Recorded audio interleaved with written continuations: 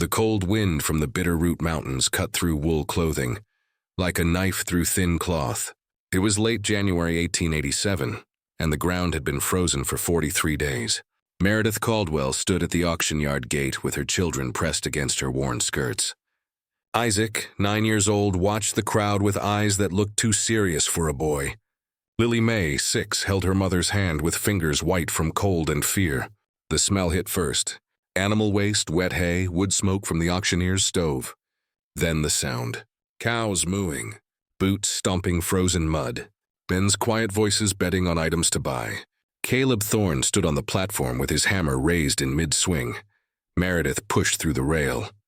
"Mr. Thorne," her voice cracked across the yard. She held up a framed deed. The glass was cracked at the corner. A thin gold ring caught the pale light. "My children haven't eaten a proper meal in 3 days. Will you sell these instead of my cattle?" The hammer froze. Silence dropped like a stone down a well. Vernon Haskell's gold watch glinted at the far rail. He checked the time, his jaw tight. Wind howled through the cabin cracks, a thin whistle that never stopped. Meredith poured bean stew into tin cups. The metal was so cold it burned her fingertips. 3 ladles. That was all that was left in the pot. Isaac climbed down from the loft, barefoot despite the frost. Lily Mae sat at the table, her breath forming clouds. The knock came hard. 3 strikes. Meredith opened the door. Vernon Haskell stood at the doorway, coat buttoned to his throat, hat pulled low. He didn't wait for an invitation. His boots tracked mud across the swept floor. "Meredith." He removed his hat but didn't sit. The gold watch chain across his vest caught the lamplight. She stayed standing. "Vernon?" He reached inside his coat, pulled out a folded document, and placed it on the table beside Lily Mae's cup. 90-day foreclosure notice. Bank's decision. Nothing personal. Her hand stopped moving on the ladle. "Thomas paid every season. Paid late. The contract's clear. 3 months of late payments means you lose the property." He unfolded the paper. He tapped a part with one gloved finger. "Land, livestock, equipment. Total debt $2,400. You have until April 20th to pay the full amount or leave the property." Isaac's small hands tightened on the loft ladder. Meredith could feel his eyes on her back. "I'll sell cattle, the ring, whatever it takes." Vernon's mouth pressed into a thin line. "Cattle won't sell for enough in winter. Feelings mean even less." His eyes drifted to the framed deed above the fireplace. "You could save yourself a lot of trouble. Sign the land over now. I'll give you $200. Enough to start fresh somewhere warmer." $200. Her voice came out flat. "For 160 acres with clean water. It's generous." The fire popped. Lily Mae's spoon scraped the bottom of her empty cup. Meredith stepped closer, her voice dropping. "That land has Thomas's name on it. Mine too. You don't get to erase us with a pen stroke and call it mercy." Vernon replaced his hat. His watch came out of his vest pocket. He checked it. The case clicked open and shut. The sound filled the small room. Springthaw brings the judge. "Circuit Court. 90 days, Meredith. Not one more." He moved toward the door. He paused.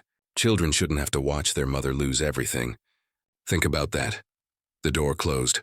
Wind swallowed his footsteps. Isaac climbed down the rest of the way. "Mama, will Uncle Vernon take our house?" She knelt and pulled him close.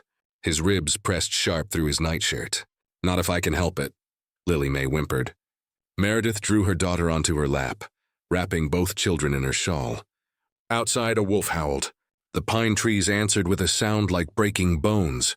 The fire burned low, coals glowing red as wounds. Meredith stood at the fireplace, fingers pressed to the deed's glass.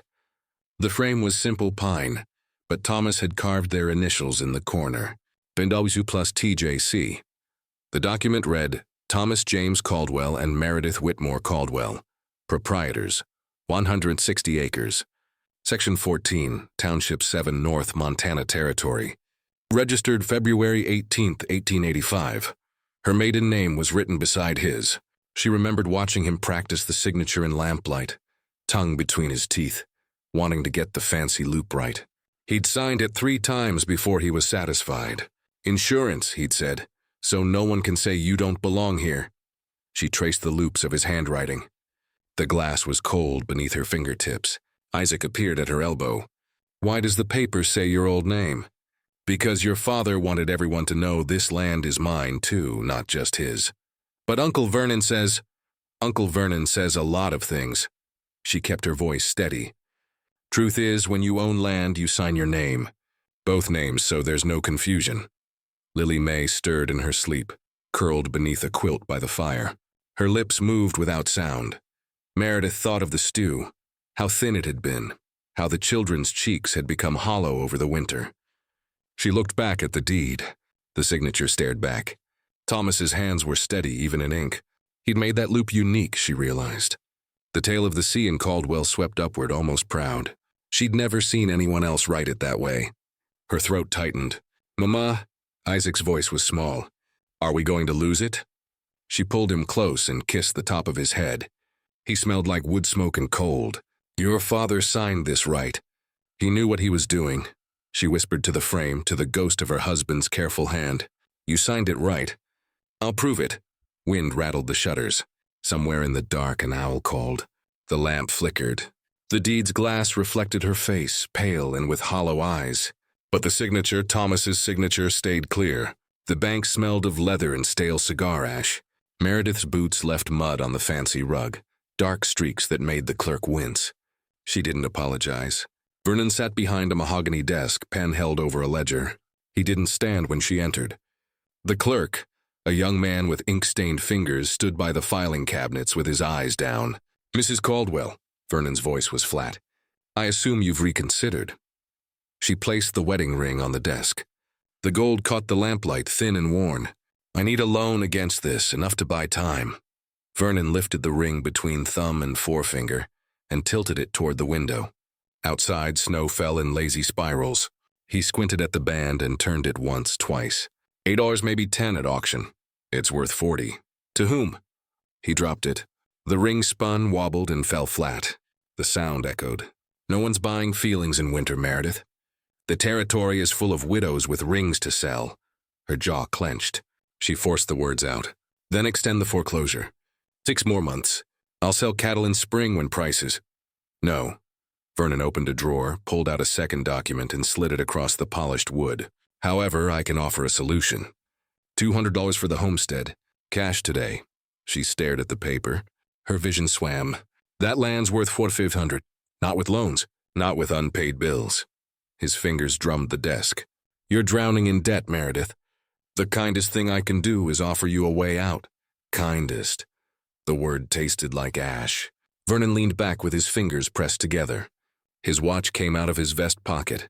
The case was engraved with initials she couldn't read from where she stood. He checked the time. He let the case snap shut. The click was sharp, final. "Or you could refuse. Force a public auction. Let the whole county watch you lose everything in front of your children." He paused. "Dignity has a price. Pay it now or pay it later. Your choice." The clerk shifted by the cabinets. A ledger slipped and hit the floor. No one moved to pick it up. Meredith snatched the ring and closed her fist around it. The metal bit into her palm. "I'll see you at the auction, Vernon." She turned toward the door. "Meredith." His voice followed her. "When this is over, don't say I didn't warn you." The door slammed. Outside, the wind cut through her shawl like teeth. The land office smelled of mildew and ink. Files were stacked to the ceiling. Some were tied with string. Others spilled loose pages onto the floor.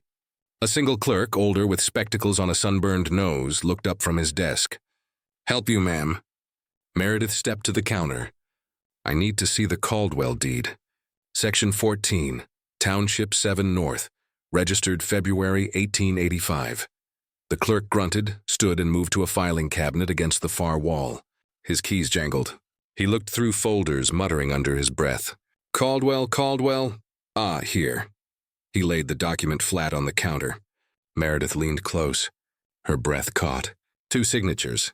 Thomas James Caldwell. The familiar loops. The upward sweep of the sea.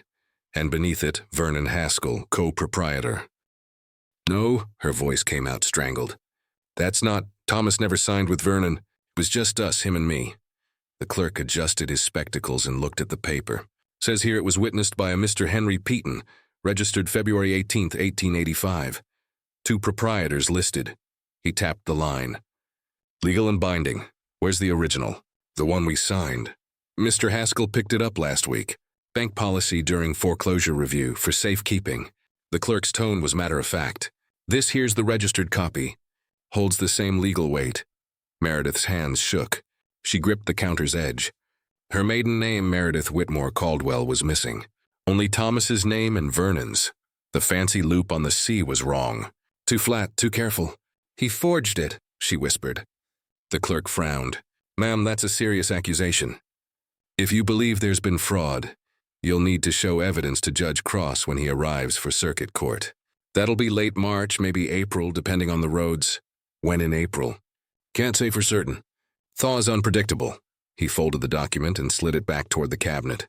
But if you're claiming forgery, you'll need the original. And witnesses. Testimony alone won't overturn a registered deed. Her knees weakened. She gripped the counter harder. April, the deadline. Vernon had taken the original. He controlled the paper. All of it. Ma'am. The clerk's voice sounded distant. You all right? She turned and stumbled toward the door. The brass bell above the frame rang as she pushed through. Cold air hit her face. Behind her, the clerk called, Ma'am, you forgot your... But she was already gone. The street stretched long and empty. Snow fell harder now, erasing her footprints as fast as she made them. Vernon's watch ticked somewhere in her memory. 90 days, not one more. She had no deed, no proof, no time. The wind howled. Meredith pulled her shawl tighter and walked into the white. The auction yard stank of wet hay and animal waste. Frozen mud cracked beneath Meredith's boots as she approached the pens. Her 4 cattle huddled in the corner. Their ribs showed through patchy winter coats. Their eyes were dull. Caleb Thorne crouched at the rail, one massive hand resting on the top board. He didn't look up when she stopped beside him. These ain't ready, he said. His voice was low and rough as gravel. They need spring grass. Another month, maybe 2. I don't have 2 months, he stood. 6'4", shoulders broad as a barn door. His face was weathered, scarred along the jaw from some old wound. Gray streaked his hair at the temples. He studied her with eyes that had seen too much. Vernon's behind this? It wasn't a question. She nodded. Caleb removed his hat and ran a hand through his hair. My wife, God rest her, lost property to a bank misunderstanding 5 years back. Vernon was the loan officer then, too. His jaw worked. Paperwork vanished overnight. Suddenly, she owed double what we'd borrowed. By the time we figured out what happened, the land was gone. He replaced his hat, pulling it low. She died that winter, pneumonia. But I always figured it was the heartbreak that did it. Meredith's throat closed. A ranch hand passed with a bucket, nodded to Caleb and kept walking. The sound of sloshing water faded. I'll delay your auction, Caleb said. Mark these cattle unfit for sale. They're underweight. That's true enough. It'll buy you a few weeks. He'll know you're helping me. Let him. Caleb's eyes hardened. Mrs. Caldwell, why is Vernon pushing the sale so hard? It's winter. No one buys land in winter unless there's a reason. She looked toward the distant mountains, their peaks white against gray sky. Railway spur coming through my section. He told Thomas to sell last year. Thomas refused. Caleb spat into the mud. Figures. Vernon always did have a nose for money that wasn't his. He turned to face her fully. You need to prove that deed's a forgery. Find the original or find someone who witnessed the real signing. Vernon took the original and the witness. She hesitated. Henry Peaton, but he's been dead 3 years. His widow still runs the mercantile. Hope flickered, fragile. You think she'd remember? Henry kept records. Was obsessive about it. Used to drive Ruth half mad with his filing. Caleb picked up a rope from the fence post and coiled it slowly. If he witnessed your deed, he'd have noted it somewhere. Ruth would know. Meredith's pulse quickened. I'll ask her. Do it soon. Judge Cross won't wait for evidence that doesn't exist. Caleb hung the rope on a nail. And Mrs. Caldwell, don't go to Vernon's bank again. Not alone. Man like that, he's dangerous when he's cornered. She nodded. As she turned to leave, Caleb called after her. One more thing. When this goes to hearing, it'll be public. Auction yard, most likely. Judge likes to hold court where folks can see. He met her eyes. That means everyone in the county will be watching. You ready for that? Meredith thought of her children's hollow cheeks, the empty stew pot, Vernon's watch ticking in her memory. I don't have a choice. Caleb's expression softened just barely. Then we'll make sure you're ready. The mercantile bell chimed as Meredith pushed through the door. Warmth hit her face. A wood stove crackled in the corner. The smell of dried herbs and coffee beans filled the air. Ruth Peaton looked up from her account book. Her silver bun was perfect despite the hour. "Meredith," Ruth's voice gentled. She set down her pen. "You look frozen through. Sit." But Meredith stayed standing. Isaac and Lily Mae pressed close to her skirts. Their eyes were wide. They'd been silent the whole walk into town. "Mrs. Peaton, I need to sell this." She placed the ring on the counter. Ruth lifted it and tilted it beneath the oil lamp. Light caught the worn gold. "It's lovely. Henry gave me one similar." Her voice softened. "I can display it in the window. Someone might pay fair. How much?" Ruth hesitated. Her fingers turned the ring slowly. "Winter's lean. Maybe 12's 20, if we're fortunate." Meredith's shoulders sagged. Ruth glanced at the children. Their faces were pressed to the candy jar, breath fogging the glass. She rose, got 2 peppermint sticks, and placed them in their small hands. "On the house." Lily Mae's eyes went wide.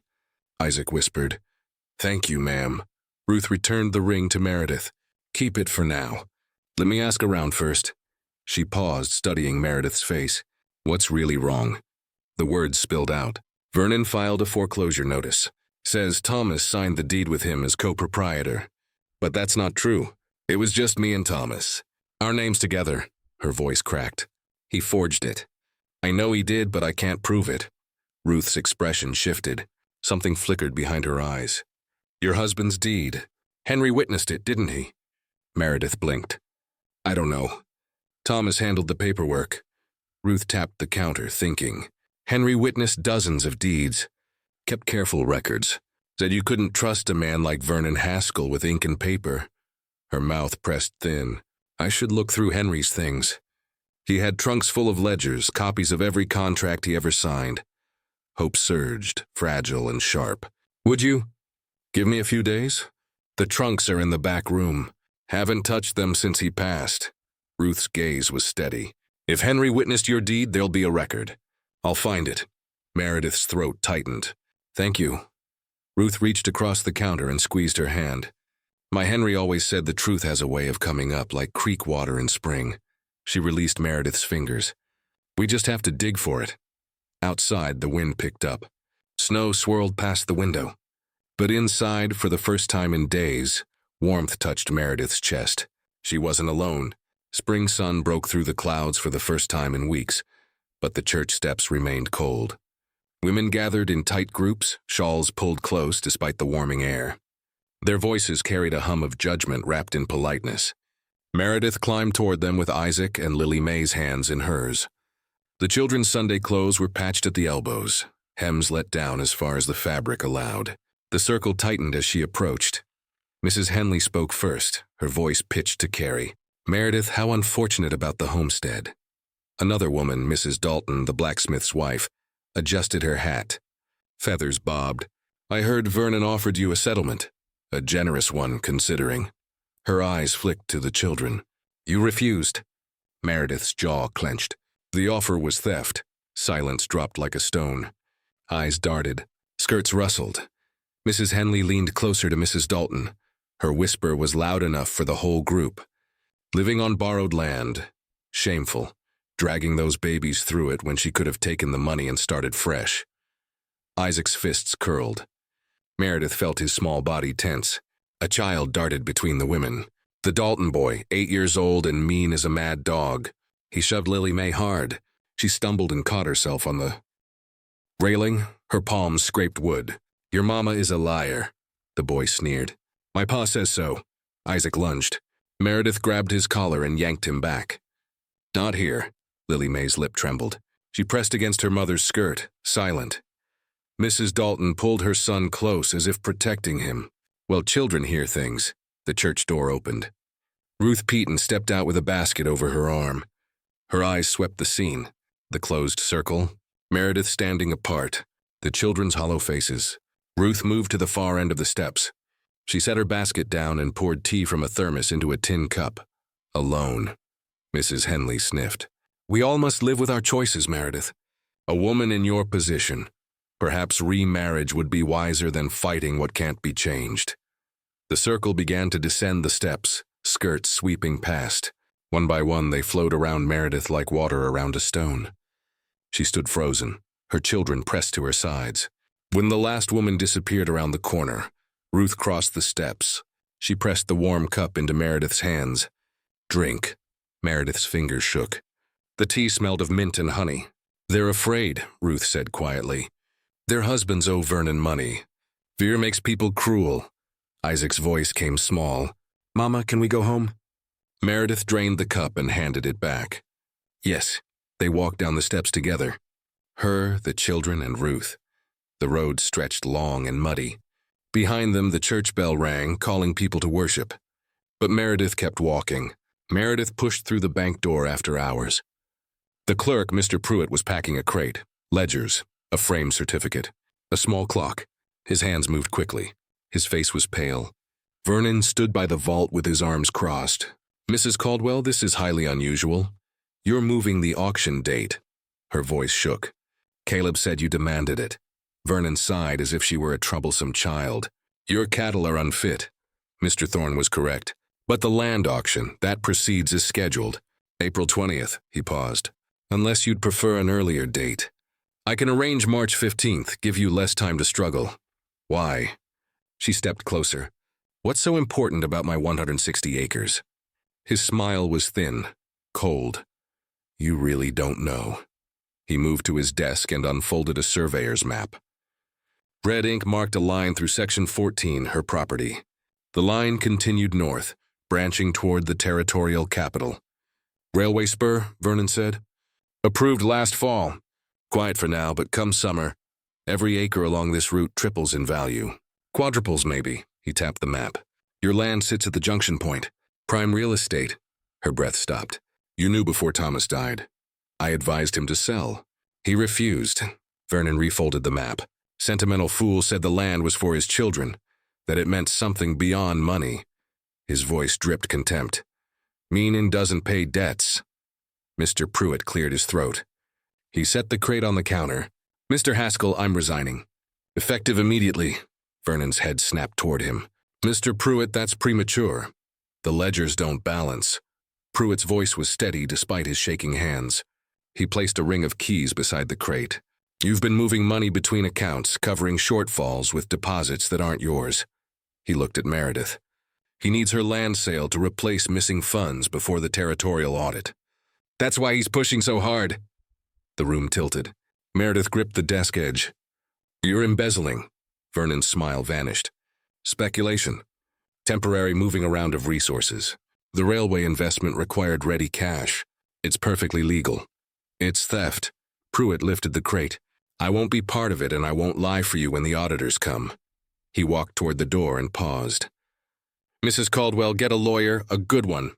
The door closed behind him. The lock clicked. Meredith and Vernon stood alone. The vault's metal gleamed in the lamplight. Outside, the sun set, orange bleeding into purple. Vernon's hand moved to his vest pocket. The watch appeared. He checked it. The case clicked open.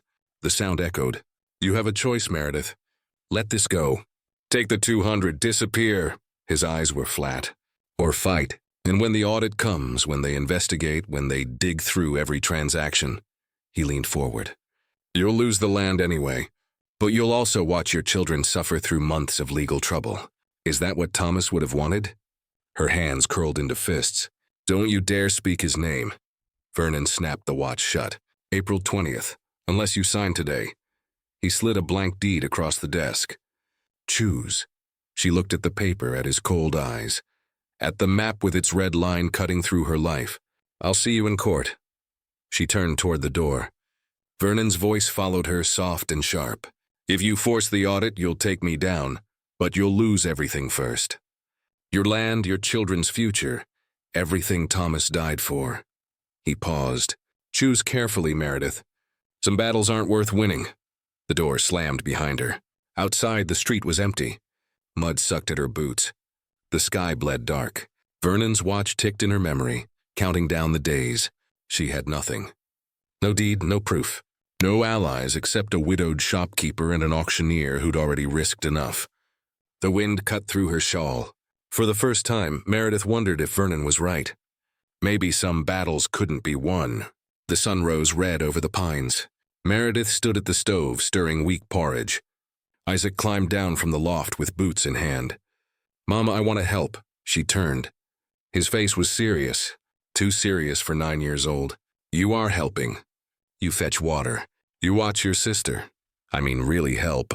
With Uncle Vernon." Her chest tightened. "Isaac, I heard what he said about the railway. About taking our house." His voice cracked. "Pa wouldn't have let him. Pa would have fought." Meredith knelt and took his face in her hands. "Your pa did fight. Every day he worked this land, he fought. And now it's my turn. But you're just—" He stopped. "Just what?" "Just you. And he's got the bank and the papers and everyone's scared of him." She pulled him close. His small body shook. "You're right. He has all that, but he doesn't have the truth." She released him and stood. "And the truth matters even when it's hard to prove." Isaac wiped his eyes with the back of his hand. "What if we can't prove it? Then we keep trying." She moved to the fireplace, lifted the framed deed down, and held it in the morning light. Thomas's signature stared back. That distinctive fancy loop on the C. Something caught her eye. A smudge on the glass low in the corner. She tilted the frame. Not a smudge. Fingerprint, small, recent. "Isaac, were you looking at this?" He nodded. "Last night after you fell asleep. I wanted to, I don't know. See what Pa wrote? Did you touch anything else?" "Just the frame." He hesitated. "And the papers in the barn loft. I was looking for, I thought maybe Pa left something. Something that would help." Her pulse quickened. "What papers?" "In the trunk under the old saddle blanket." She grabbed her shawl. "Show me." They crossed the yard. The barn smelled of hay and old leather. Isaac climbed the loft ladder, Meredith right behind. He pushed aside a blanket and revealed a battered trunk. Inside, old tack, a broken bridle, moth-eaten wool, and beneath it all, a folder tied with string. Meredith opened it. Her breath caught. Practice sheets. Dozens of them. Thomas's handwriting over and over. Thomas James Caldwell. Thomas J. Caldwell, T.J. Caldwell. And on the last page, Thomas James Caldwell and Meredith Whitmore Caldwell. The fancy loop on every C was identical. That upward sweep almost proud, unique. She held the paper to the light streaming through the loft boards. The ink was faded but clear.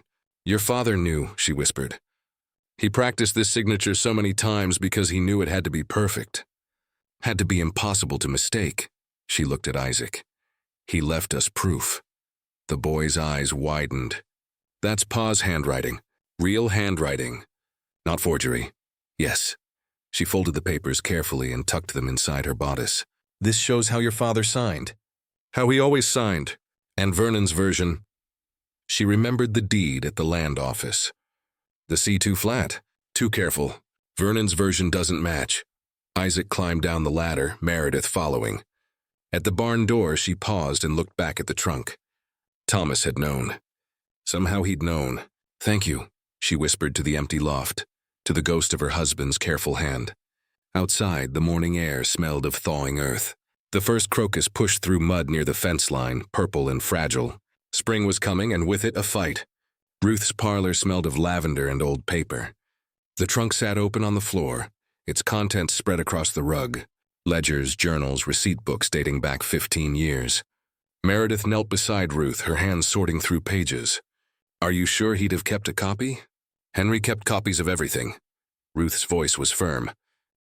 "Drove me half mad, but he always said, 'The man who controls the records controls the truth.'" She lifted a leather journal and blew dust from its cover.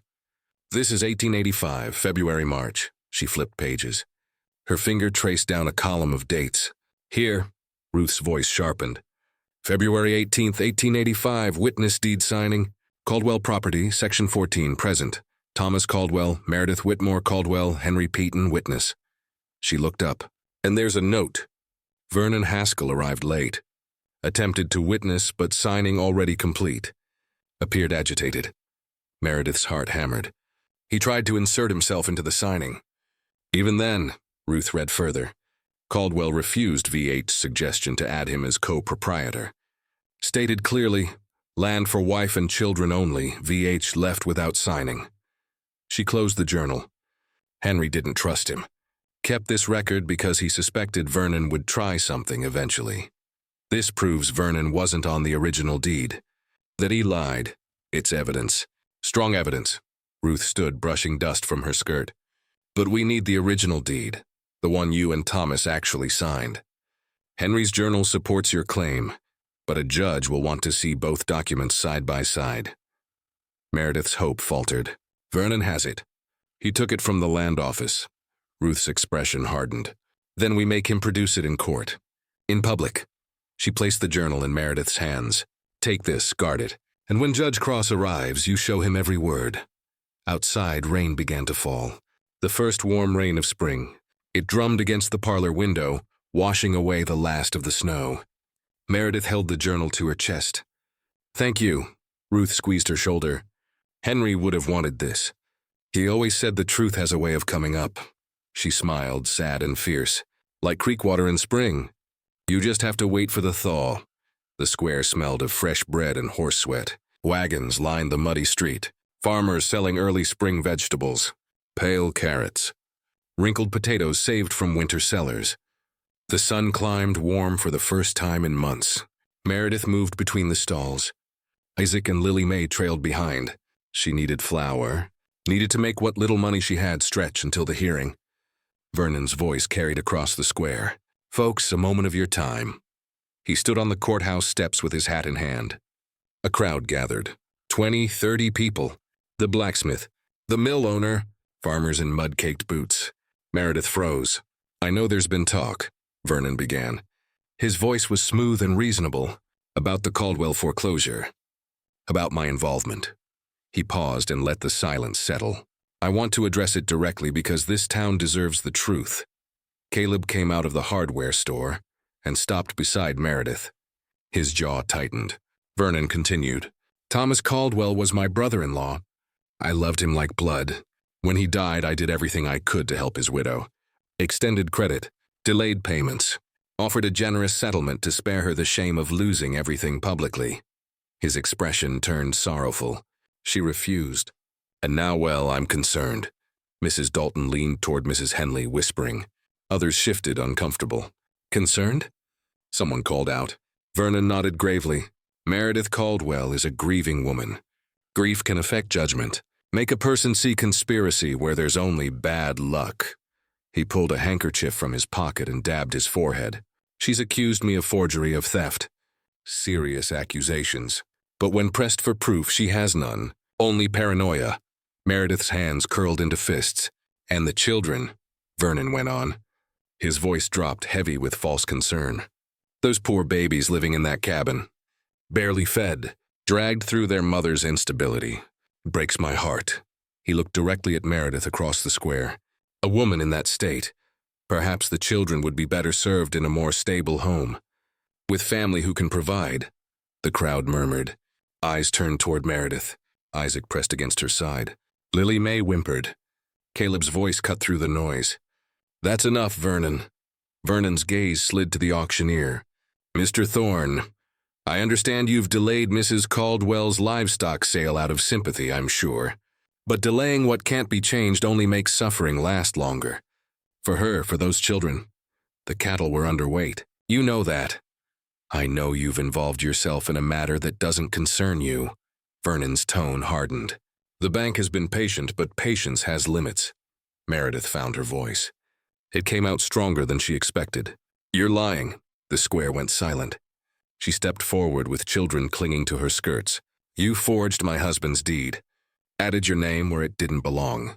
And now you're trying to steal my land to cover your embezzlement. Gasps rippled through the crowd. Vernon's expression shifted.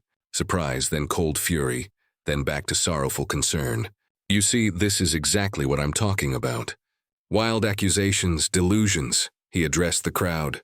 I have documentation. Legal records. She has conspiracy theories born of grief and desperation. I have proof, Meredith said. My husband's signature practice sheets. A witness journal. Evidence that you weren't part of the original deed signing. Vernon laughed, soft and pitying. Signature practice sheets. That's your proof. Papers that could have been written any time by anyone. He shook his head. Judge Cross will see through this show. And when he does, Those children will be placed with someone capable of caring for them properly. Something inside Meredith snapped. She climbed the courthouse steps and stopped 3 feet from Vernon. Her voice rang out clear and sharp. "You'll take my land over my dead body, but you won't touch my children." Vernon's mask slipped. For just a moment she saw the rage beneath. His hand moved to his vest pocket. The watch. He didn't pull it out. "Just touched it, a tell. We'll see," he said quietly. April 20th. The judge will decide who's telling the truth. He descended the steps and brushed past her. The crowd parted. Mrs. Henley turned away. Others followed. But some stayed. The blacksmith met Meredith's eyes and gave a slight nod. A farmer she didn't know tipped his hat. Caleb climbed the steps and stood beside her. "You handled that right. Didn't let him corner you. He threatened my children, I know. And now the whole town knows it too." Caleb's voice was low. "Some of them will side with him. Fear does that. But others—" He gestured to the blacksmith, still watching. "Others just saw a rich man threaten a widow's babies. That doesn't sit well with working folks." Ruth appeared at the base of the steps with a basket over her arm. "Meredith, come to my shop. Both of you." They followed her across the square. Behind them, the crowd dispersed slowly, voices rising in debate. Ruth locked the mercantile door and flipped the sign to closed. She led them to the back room where Henry's trunk still sat open. "I found something else."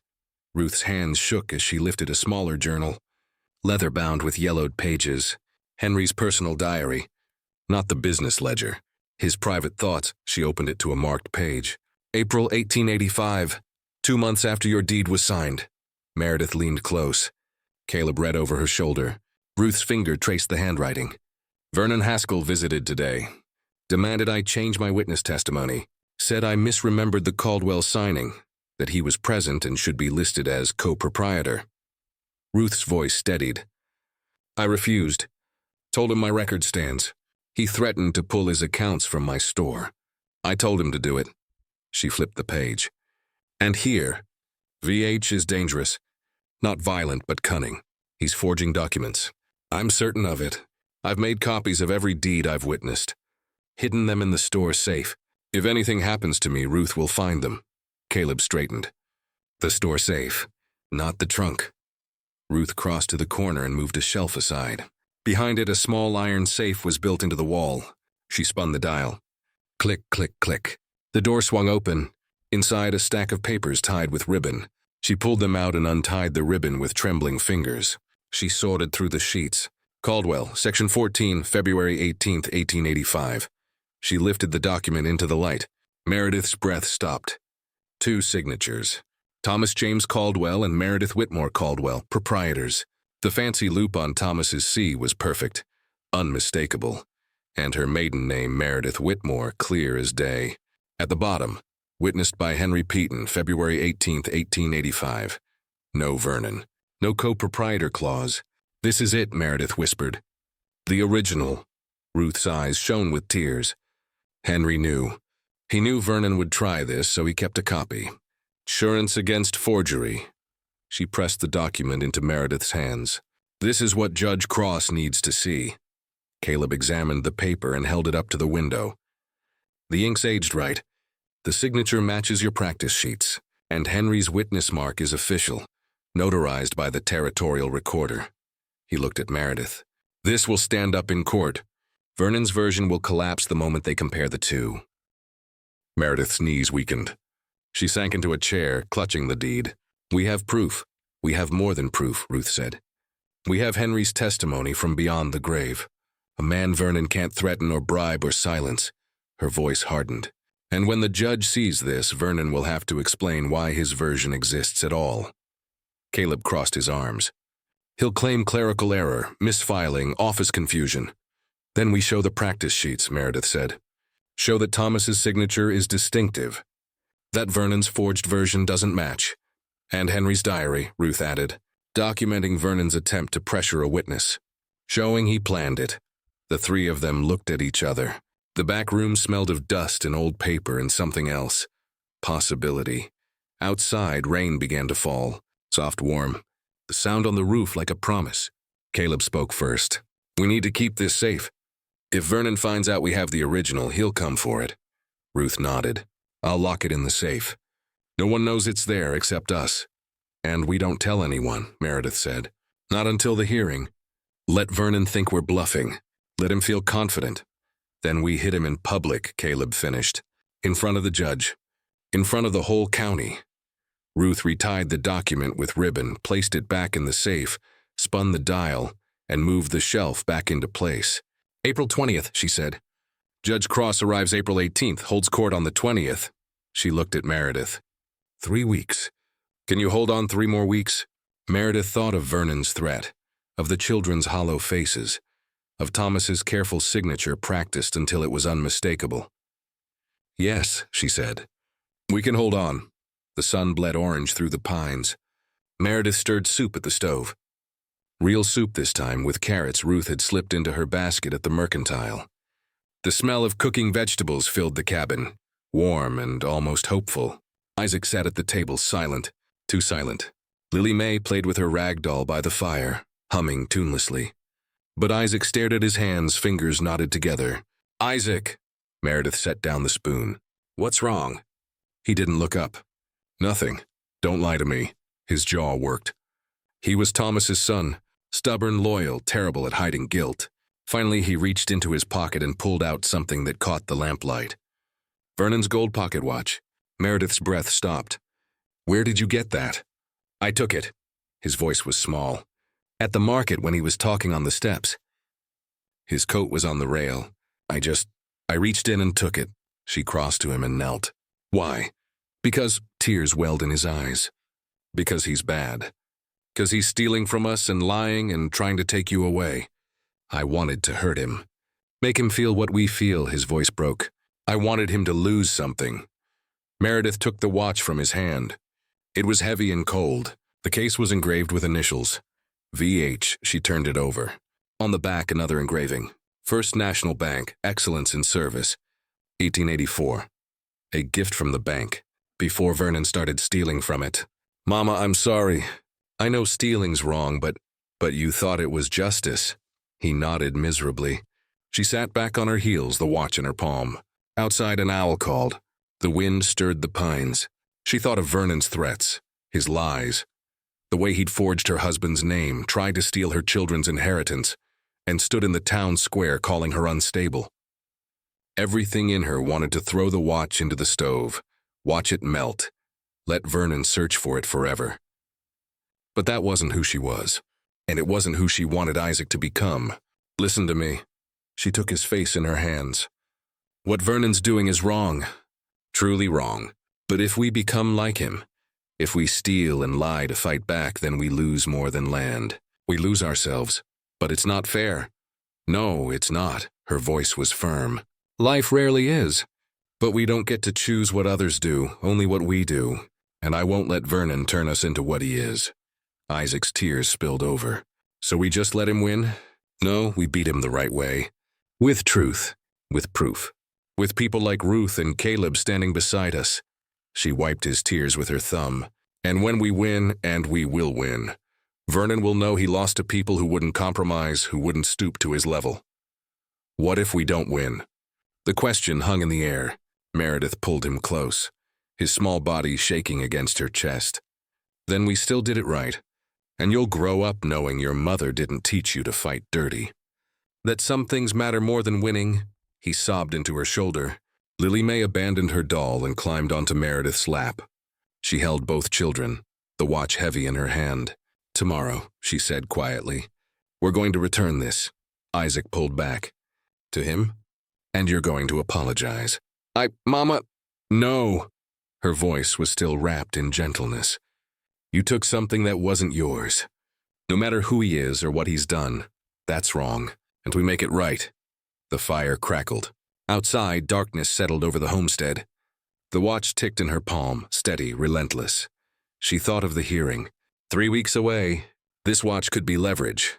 Evidence of Vernon's embezzlement, maybe, with those bank initials engraved on the back, or a bargaining chip. But it was also a test of who she was, who her children would become. She made her choice. Tomorrow, she repeated. We do this right. Judge Emmett Cross's temporary office smelled of pipe tobacco and old leather. He'd arrived a day early, unusual for circuit court, and set up in a room above the land office. Meredith climbed the narrow stairs with Isaac at her side. Vernon's watch was wrapped in cloth. The judge looked up from his paperwork. He was silver-bearded, eyes sharp as broken glass. "Mrs. Caldwell, Mr. Haskell said you might visit." "Did he?" Her voice was flat. Cross gestured to the chairs. "Sit, both of you." Isaac perched on the edge of his seat. Meredith unwrapped the watch and placed it on the judge's desk. Cross's eyebrows rose. "That's Vernon Haskell's." "Yes, sir. My son took it 3 days ago. We're returning it." The judge studied Isaac. "You stole this?" Isaac's voice came out barely a whisper. "Yes, sir." "Why?" "Because I was angry. Because Mr. Haskell is trying to take our house and I wanted to hurt him back." Tears streaked his face. "But my mama says that's wrong no matter what he did." "So I'm sorry." Cross leaned back in his chair. The wood creaked. He picked up the watch and turned it over.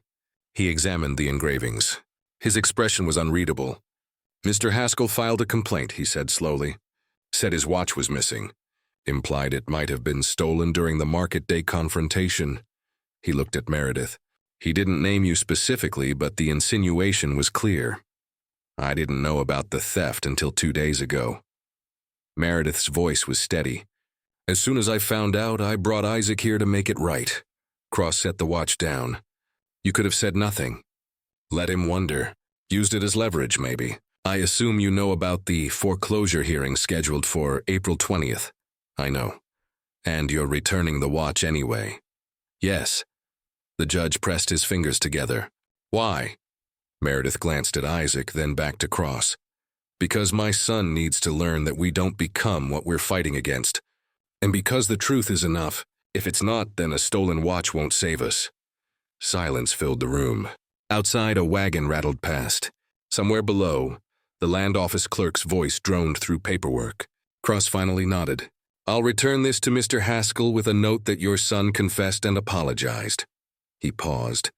"That takes character, Mrs. Caldwell. More than most people have. Will it hurt us at the hearing?" "No, if anything." Cross's expression softened. "It tells me you're not the unstable woman Vernon's been describing around town. You're someone who values honor over advantage." He pulled a ledger toward him and made a note. "The hearing will proceed as scheduled.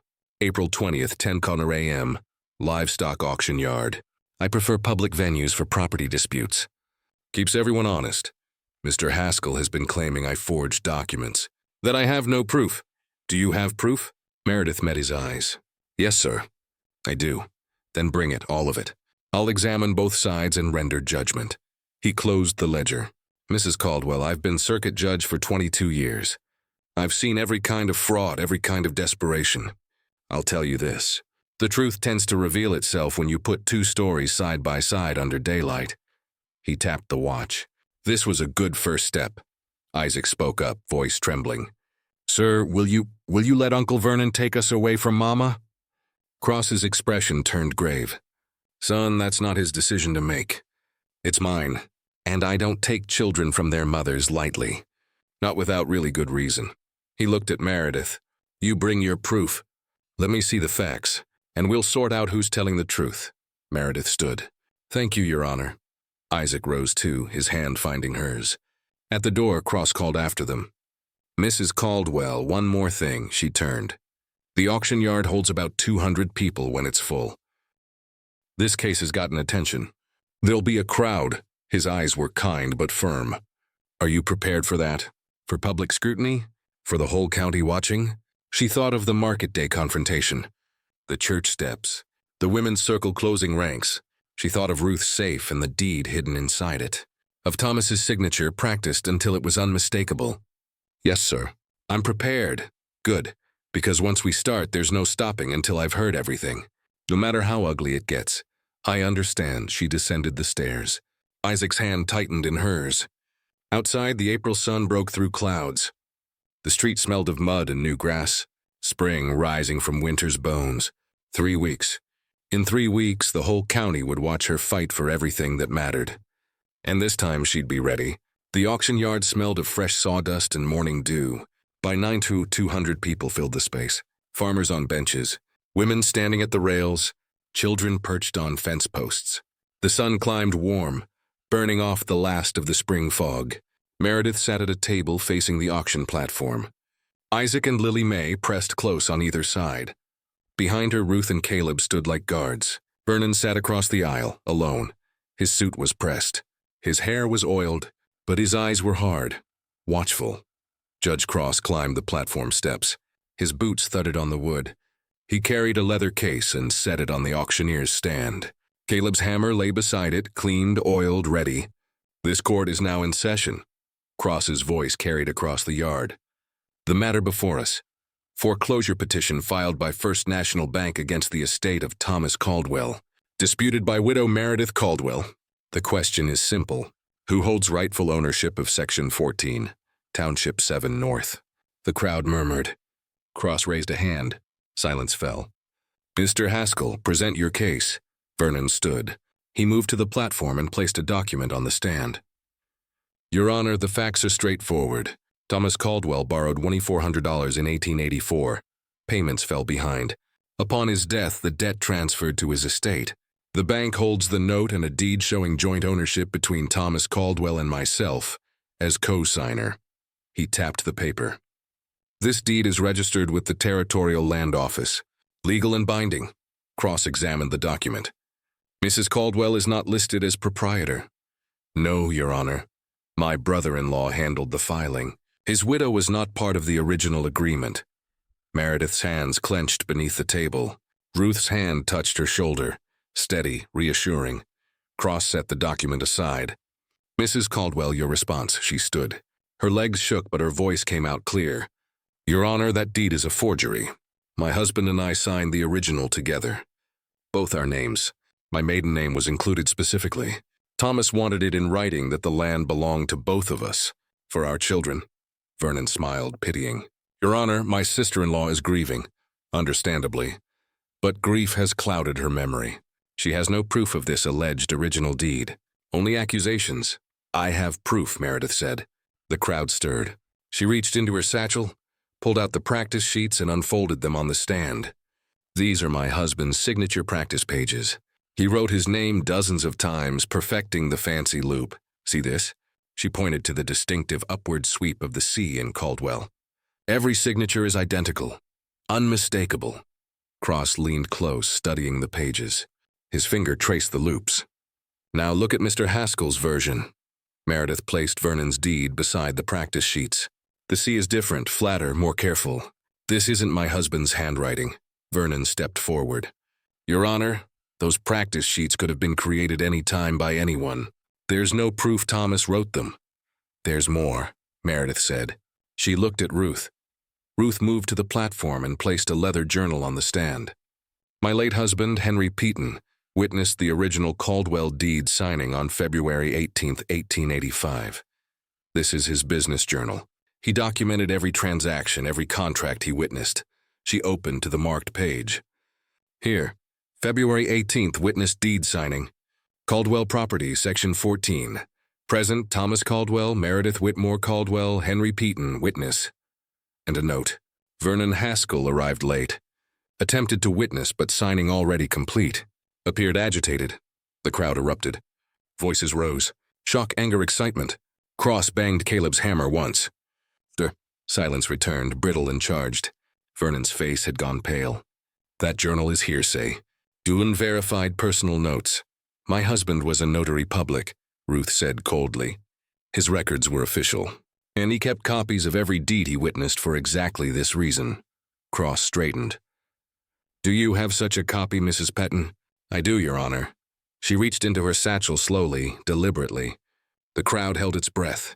Ruth pulled out the original deed, unfolded it, and placed it on the stand beside Vernon's version. The silence was absolute. Cross lifted both documents and held them to the light. His eyes moved between them, line by line, word by word. The crowd waited. A meadowlark sang from the fence rail. Somewhere in the distance, a church bell chimed the hour. Finally, Cross spoke. These are not the same document. Vernon stood abruptly. Your Honor, that deed is inadmissible. Mrs. Caldwell has had months to fabricate. Sit down, Mr. Haskell. Vernon froze. Cross's voice had turned to iron. This document bears Henry Peaton's official notary seal, dated February 18, 1885. It lists two proprietors, Thomas James Caldwell and Meredith Whitmore Caldwell. He looked at Vernon. Your version lists you as co-proprietor. It omits Mrs. Caldwell's maiden name entirely. And the signature? He placed the practice sheets beside it. The signature doesn't match. Vernon's jaw worked. There must be some clerical error, a misfiling at the land office. I can explain. Then explain. Cross's gaze was merciless. Explain why Henry Peaton's journal notes that you arrived late and attempted to insert yourself into a signing that was already complete. Explain why your version of the deed erases Mrs. Caldwell's name. Explain why the handwriting doesn't match Thomas Caldwell's documented signature. The crowd leaned forward. Meredith's heart hammered against her ribs. Vernon's hand moved to his vest pocket, reached for his watch. His fingers found nothing. The color drained from his face. He looked down and patted his pocket again. Empty. Looking for this? Cross held up the gold watch. Your property, returned to me by Mrs. Caldwell 3 days ago. Her son had taken it. She brought him here to confess and apologize. He set the watch on the stand. Even when she had leverage against you, she chose honesty. Vernon's mouth opened and closed. No words came. Cross leaned forward. Mr. Haskell, I'm going to ask you a direct question, and I want you to answer it carefully under oath. He gestured to Caleb. Place your hand on this ledger. It'll serve as Bible for now, and swear to tell the truth. Vernon's hand shook as he placed it on the leather-bound book. Do you swear the testimony you're about to give is true and accurate, so help you God? I do. Did you forge Thomas Caldwell's signature on the deed filed with the Territorial Land Office? The silence stretched. A baby cried somewhere in the crowd. A horse stamped in the pen. Vernon's watch sat on the stand between them. Not ticking, Meredith realized with a jolt. It had stopped.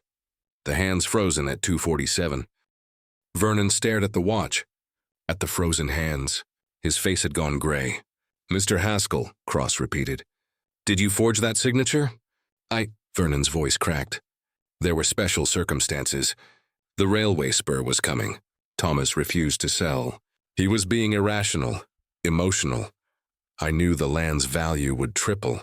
I thought, he stopped himself. You thought you'd steal it. I thought I'd preserve it for the family. For his children. Vernon's mask crumbled. Desperation bled through. And yes, I needed the sale to cover temporary shortfalls at the bank. Investments that would have paid off if given time. But Thomas's stubbornness put everything at risk. So you forged his name, added yourself as co-proprietor, filed a false deed. Vernon's shoulders sagged. Yes, the word fell like a stone down a well. The crowd erupted, shouts, angry, vindicated. The blacksmith stood with fists clenched. Mrs. Dalton covered her mouth. Mrs. Henley turned away, face flushed. Cross banged the hammer 3 times. The sound cracked across the yard like gunshots. Order, I will have order. Silence returned slowly, reluctantly. Cross gathered both deeds, the journal, the practice sheets. He stacked them carefully. The evidence is clear. The deed filed by Vernon Haskell is fraudulent. The original deed witnessed by Henry Peaton, and bearing the signatures of both Thomas and Meredith Caldwell, is the legal document of record. He looked at Meredith. Mrs. Caldwell, the foreclosure petition is dismissed. The land remains your property, free and clear. Her breath left in a rush. Isaac grabbed her hand. Lily Mae buried her face in her mother's skirt. Behind her, Ruth's hand squeezed her shoulder. Caleb's voice rumbled, Justice. Cross wasn't finished. He turned to Vernon.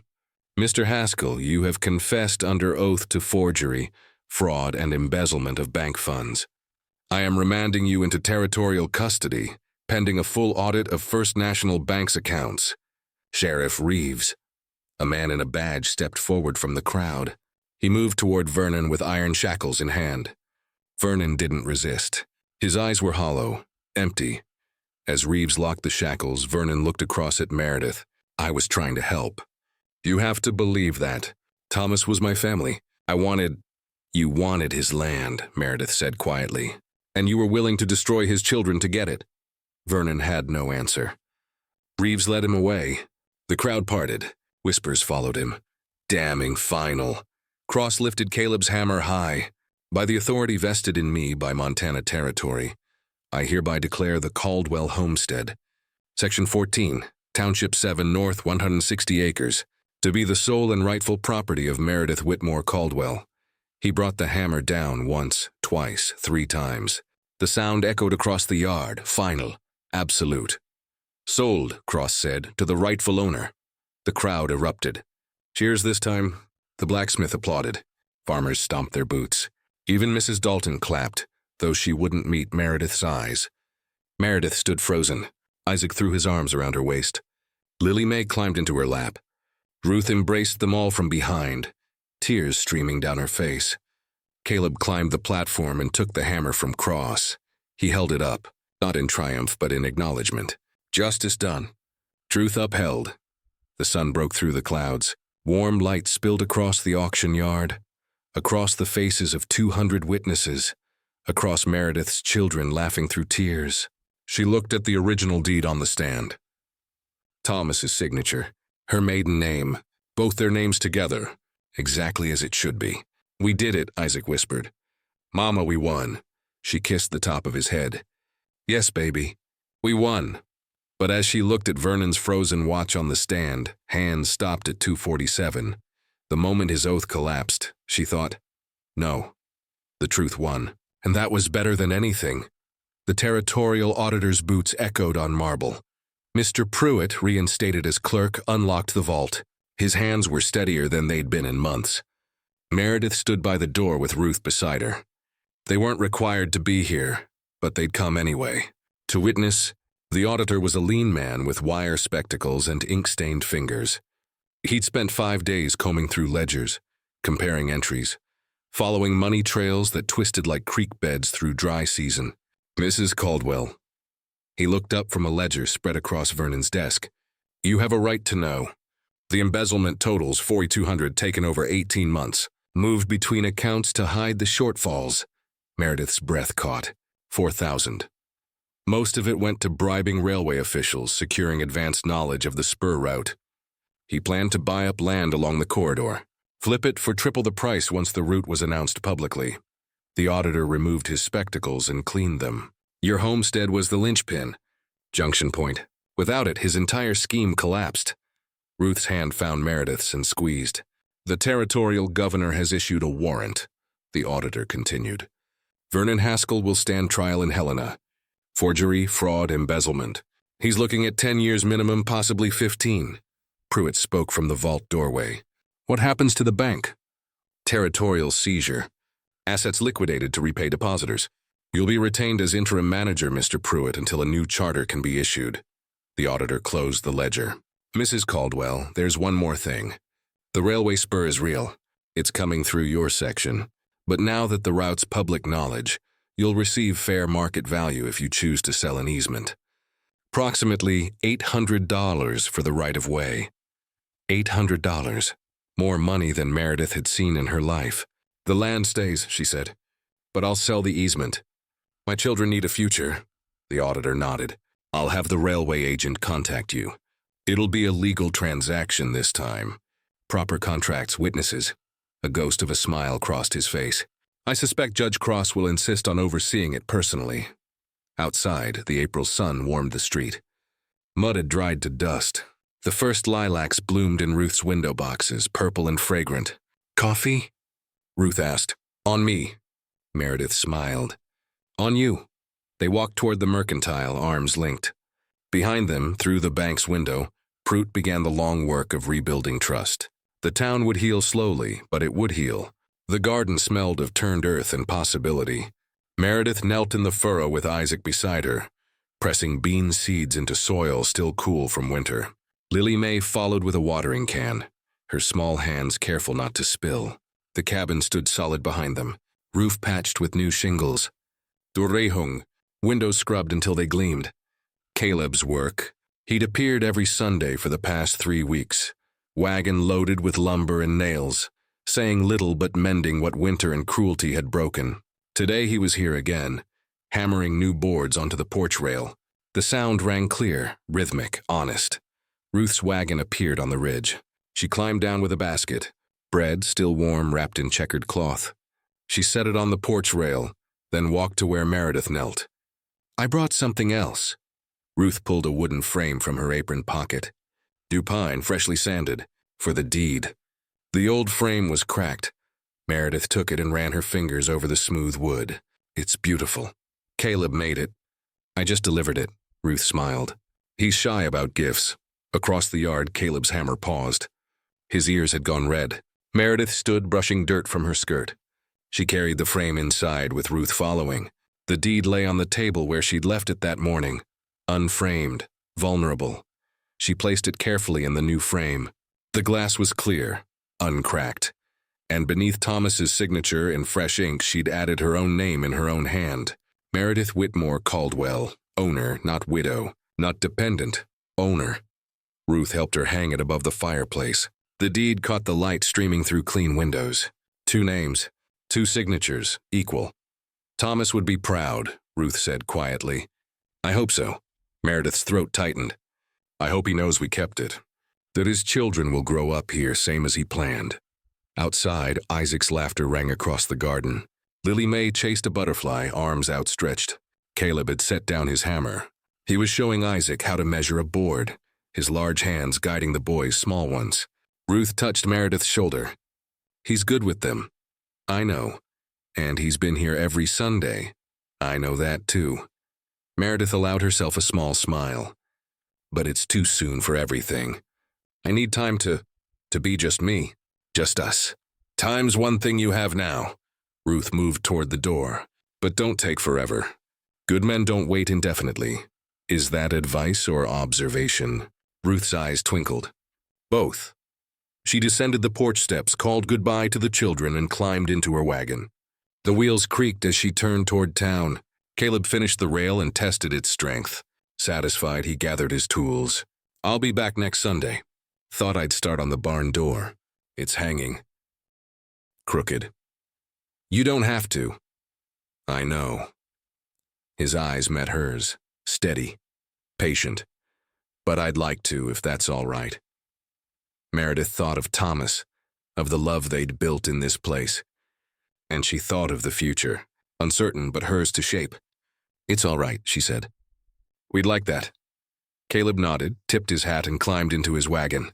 As his wheels faded down the road, Isaac ran up with dirt streaking his face. "Mama, can we stay here forever?" She pulled him close. Lily Mae joined them, butterfly forgotten. They stood together on the new porch, the strong rail at their backs, the garden spreading green before them. "Forever and a day," Meredith said, and meant it. By May, the frost had forgotten the land, and the land had forgiven the frost. Meredith Caldwell knelt in soil that smelled of rain and new growth, her hands black with earth, her children's laughter rising like birdsong behind her. The homestead stood solid. Not perfect, but whole, windows clear, door straight, roof sound against the weather. Caleb Thorne's wagon appeared on Sundays now, regular as clockwork. He'd mend a fence, replace a board, teach Isaac how to hold a hammer. He didn't say much. Didn't need to. The work spoke for him, steady hands building what had been broken. Ruth brought bread still warm from the oven. She'd stay for tea, watch the children play, tell stories about Henry that made them laugh. The mercantile thrived. Folks trusted Ruth, always had. But now they trusted her even more. Keeper of truths, guardian of records that mattered. Inside the cabin, above the fireplace, the deed hung in its new frame. No crack in the glass. 2 names clear as spring water. Thomas James Caldwell and Meredith Whitmore Caldwell. Owner. She'd added her name herself, not because the law required it, but because she could. Because the land was hers. Earned through truth. Held through courage. Kept through the simple stubbornness of refusing to become what she fought against. Vernon's watch sat in a Helena evidence locker, its hands frozen at 2:47. Some said you could still hear it ticking if you listened close, a ghost of time that had run out. But Meredith didn't listen for ghosts anymore. She listened for robins, for Isaac's questions about planting depth, for Lily Mae humming as she scattered seeds, for Caleb's hammer and Ruth's footsteps on the porch. Spring had come, and with it the lesson every hard winter teaches. That land doesn't care who holds the paper. It cares who works the soil, who plants in faith, who stays when staying is hardest. Ink can lie, Signatures can be forged. Deeds can be stolen. But dirt tells the truth. And those who tend it, who sink their hands deep and plant for tomorrow, they're the ones who own it. Not in law alone, but in something older. Something that survives courts and judges and men with gold watches. The land remembers who loves it. And love, Meredith had learned, was the only deed that mattered. She stood and brushed soil from her skirt. She looked toward the horizon, not watching for trouble anymore, watching for rain, for the future, pressing up through furrows like green shoots through dark earth. Behind her, Isaac called out. He'd found a robin's nest in the barn. 3 blue eggs, perfect and whole. Meredith smiled and turned toward her children's voices, toward the cabin with its straight door and clear windows, toward the sound of Caleb's wagon cresting the ridge. Right on time, spring, new growth. Second chances. The land had forgiven the frost, and so had she.